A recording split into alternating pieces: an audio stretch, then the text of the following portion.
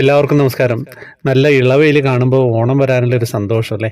അങ്ങനത്തെ ഒരു പോസിറ്റീവായിട്ടുള്ളൊരു എനർജി ഉണ്ട്. ഇന്ന് ഈ മഴക്കാറൊക്കെ അത്യാവശ്യം മാറി നിൽക്കുന്നുണ്ട്. അപ്പോൾ ഒരു ഏകാന്ത ദർശനം എന്ന് പറഞ്ഞിട്ട് എനിക്കൊരു അനുഭവം അയച്ചു തന്നിട്ടുണ്ട് ശ്രീജ ചേച്ചി. കടലായുള്ള കുറച്ച് മുമ്പേ ഞാനത് പറഞ്ഞിരുന്നു എന്നാണ് തോന്നുന്നത്. പക്ഷേ അതിപ്പോൾ ഡിലീറ്റ് ആയി പോയിട്ടുണ്ട്. എന്താണെന്നറിയില്ല. അപ്പം കേൾക്കാത്തവർക്ക് വീണ്ടും അതിലേക്ക് സ്വാഗതം. ത്രിമധുരത്തിലെ പലരുടെയും അനുഭവ കഥകൾ കേൾക്കുമ്പോൾ എനിക്കുണ്ടായ അനുഭവങ്ങൾ കൂടി ശ്രോതാക്കളെ അറിയിക്കണമെന്ന് തോന്നിയിട്ടുണ്ട്. എൻ്റെ സന്തോഷത്തിലും സങ്കടത്തിലും ഒക്കെ ശ്രീകൃഷ്ണ ഭഗവാൻ എന്നും എൻ്റെ വെടിപ്പുറത്ത് എത്താറുണ്ട് എന്ന തോന്നൽ എപ്പോഴും ഉണ്ടായിട്ടുണ്ട്. ഞാൻ ആദ്യ കടലായി ശ്രീകൃഷ്ണ ക്ഷേത്രത്തിലും ചിറക്കൽ കടലായി ശ്രീകൃഷ്ണ ക്ഷേത്രത്തിലും പലപ്പോഴും പോകാറുണ്ട്. ഒരു അവധി ദിവസം ആദ്യ കടലായി ശ്രീകൃഷ്ണ ക്ഷേത്രത്തിൽ പോകണമെന്ന് പെട്ടെന്ന് തോന്നി. ഉടനെ തനിച്ചു തന്നെ ക്ഷേത്രത്തിലേക്ക് പുറപ്പെട്ടു. ബസ്സിലിരിക്കുമ്പോഴാണ് ഓർത്തത്, അയ്യോ ഇന്ന് ചൊവ്വാഴ്ചയാണല്ലോ, ആരും ഉണ്ടാവില്ലല്ലോ, തനിച്ച് പ്രദക്ഷിണം എടുക്കേണ്ടി വരുമല്ലോ എന്നൊക്കെ. വിചാരിച്ചതുപോലെ തന്നെ ക്ഷേത്രത്തിന്റെ പരിസരത്തേ ആരുമില്ല. അകത്ത് കടന്നപ്പോൾ ഒരാൾ പൂമാല കെട്ടിക്കൊണ്ടിരിക്കുന്നുണ്ട്. വേറെ ആരുമില്ല. ഉച്ചപൂജയ്ക്ക് നടയടച്ച് പൂജ കഴിഞ്ഞ് നട തുറക്കേണ്ട സമയമായി. ഞാൻ തനിച്ച് ശ്രീകോവിലിന് മുന്നിൽ കണ്ണടച്ച് പ്രാർത്ഥനയിൽ മുഴുകി നിൽക്കുകയായിരുന്നു.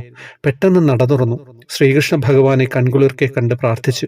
വീണ്ടും കണ്ണടച്ച് നട തുറക്കുമ്പോൾ 4-5 വയസ്സ് തോന്നിക്കുന്ന ഒരു കുട്ടി, നല്ല മഞ്ഞ ഉടുപ്പിട്ട് പീലിത്തിരുമുടിയൊക്കെ നെറുകയിൽ കെട്ടിവെച്ച് എൻ്റെ മുൻവശം ഇടതുഭാഗത്ത് മാറി നിന്ന് പ്രസന്നവദനായി തൊഴുകയ്യോടെ വാ എൻ്റെ കൂടെ പ്രദക്ഷിണ വെക്കാലോ, ഞാനും വരാമെന്ന മട്ടിൽ കുറച്ച് മുമ്പോട്ട് തിരിഞ്ഞു നിന്നു.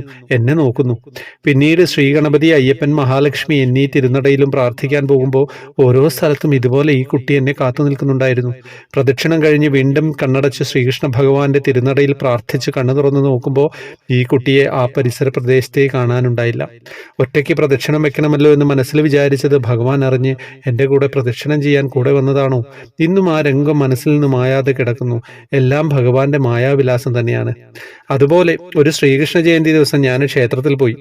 പ്രത്യേക പൂജകളും വഴിപാടുകളും പ്രസാദ സദ്യയും ഒക്കെ ഉണ്ടാക്കാറുണ്ട്. പ്രത്യേക പൂജകൾ കഴിഞ്ഞ് ഭഗവാനെ നിവേദിച്ചു കഴിഞ്ഞാൽ മാത്രമേ പ്രസാദ സദ്യ വിളമ്പാറുള്ളൂ. ഉച്ചയ്ക്ക് 12 മണിവരെയുള്ള പൂജകളൊക്കെ കഴിഞ്ഞു. ആൾക്കാരൊക്കെ ക്ഷേത്രത്തിൽ നിന്നും സദ്യ കഴിക്കാൻ സീറ്റ് പിടിക്കാനും ക്യൂ നിൽക്കാനും പോയി തുടങ്ങി. എൻ്റെ കൂടെ വർഷങ്ങൾക്ക് മുമ്പ് ജോലി ചെയ്തിരുന്ന ഒരാളും ഭാര്യയും മക്കളും ക്ഷേത്രത്തിലുണ്ടായിരുന്നു.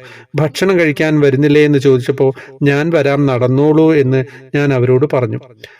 ഭഗവാന് നിവേദ്യം കഴിഞ്ഞാലേ സദ്യ വിളമ്പാറുള്ളൂ. അതുകൂടി കഴിയട്ടെ എന്ന് കരുതി അമ്പലത്തിനുള്ളിൽ തന്നെ പ്രാർത്ഥനയോടെ നിന്നു. എല്ലാം കഴിഞ്ഞ് പുറത്തു വന്നപ്പോൾ കുറേ പേര് സീറ്റ് പിടിച്ചിരിക്കുന്നു. വമ്പിച്ച ക്യൂ വേറെയും. ഞാൻ ഇനി എപ്പോഴാ ഭക്ഷണം കഴിക്കുക എന്ന ചിന്തയോടെ വെറുതെ മുന്നോട്ട് വന്നു. അപ്പോഴുണ്ട് മോളെ ഇങ്ങോട്ട് വരൂ എന്ന് പറഞ്ഞ് എൻ്റെ കൂടെ ജോലി ചെയ്ത ആൾ വിളിക്കുന്നു. അവർ 3 പേർ ഒരു മേശയ്ക്ക് ചുറ്റും ഇരുന്നിട്ടുണ്ട്. ഒരു കസേരയിൽ എന്തോ കറിയോ മറ്റോ ഉണങ്ങി പിടിച്ചിരുന്നതിനാൽ ആരും ഇരിക്കാതെ ഒഴിഞ്ഞു കിടക്കുന്നതാണ്. ഏതോ ഒരാൾ വന്ന് ആ കസേര മാറ്റിയിട്ട് തന്നു. ഇത്രയും പേർ ക്യൂവിൽ കാത്തു നിൽക്കുമ്പോൾ ആ കസേര ആർക്കും മാറ്റിയിട്ട് അവിടെ ഇരിക്കാൻ ഒന്നും തോന്നാതിരിക്കുവാൻ ഭഗവാൻ തന്നെ ഒരു സീറ്റ് ബുക്ക് ചെയ്തതാണോ എന്ന് എനിക്ക് തോന്നി. എല്ലാം ഭഗവാന്റെ അനുഗ്രഹം. അങ്ങനെ പലപ്പോഴായിട്ട് അനുഭവങ്ങൾ ഉണ്ടായിട്ടുണ്ട്. അങ്ങനെ ഈ അനുഭവങ്ങളൊക്കെ നിങ്ങളിലേക്ക് എത്തിക്കുകയാണല്ലേ. എന്തൊരു പോസിറ്റീവ് എനർജിയാണ് ഇത് വായിക്കുമ്പോൾ. ഈ പ്രകൃതിയിൽ ഇങ്ങനെ അലിഞ്ഞു ചേർന്നുകൊണ്ട് നമുക്ക് ഇത്തരം കാര്യങ്ങളൊക്കെ നിങ്ങളുമായിട്ട് സംവദിക്കാൻ പറ്റുന്നുണ്ടല്ലോ അല്ലേ. അപ്പം എല്ലാവരും ത്രിമധുരം സബ്സ്ക്രൈബ് ചെയ്യുക. വാട്സപ്പ് ഗ്രൂപ്പിലേക്ക് വരാം. നമ്പറിൽ വന്നു കഴിഞ്ഞാൽ പ്രീമിയം മെമ്പർഷിപ്പ് ഉള്ളവർക്ക് വാട്സപ്പ് ഗ്രൂപ്പിൽ വരാം. പിന്നെ കൃഷ്ണ